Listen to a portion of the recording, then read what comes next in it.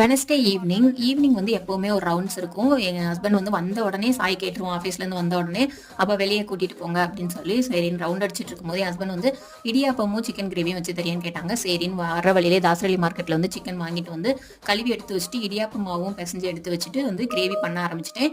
So gravy பண்றதுக்கு வந்து ஒரு பேன்ல கோகனட் ஆயில் வந்து நான் ஆட் பண்ணியிருந்தேன். நீங்க வந்து நல்லெண்ணெய் ஆட் பண்ணிக்கலாம், கோகனட் ஆயில் ஆட் பண்ணிக்கலாம். பட்டை, கிராம்பு, ஏலக்காய், பெருஞ்சீரகம், சின்ன சீரகம், வெங்காயம் எப்பவுமே வந்து கிரேவி, நான்வெஜ்லாம் பண்ணும்போது சின்ன வெங்காயம் சேர்த்து பாருங்க. டேஸ்ட் வந்து சூப்பரா இருக்கும். அது வந்து சீக்கிரம் வதங்கறதுக்கு கொஞ்சம் சால்ட் போட்டு, பச்சை மிளகாய், தக்காளி ஆட் பண்ணி, அதுக்கு தேவையான வத்தத்தூளு, மல்லித்தூளு, மஞ்சளு, கொஞ்சம் வந்து பெப்பர் வந்து கொஞ்சம் கூட ஆட் பண்ணுங்க. சூப்பரா இருந்தது டேஸ்ட்டு. ஸோ அது இஞ்சி பூண்டு பேஸ்ட்டு, அப்புறம் நம்ம வந்து கழுவி வச்சிருந்த சிக்கனையும் ஆட் பண்ணி, கொஞ்சம் வாட்டர் வந்து நான் 2 டம்ளர் வந்து ஆட் பண்ணேன். தேவையான அளவு ஆட் பண்ணி மூடி வச்சுக்கலாம். ஸோ சைட் பை சைடு வந்து இடியாப்பமும் ரெடி பண்ணிட்டேன்.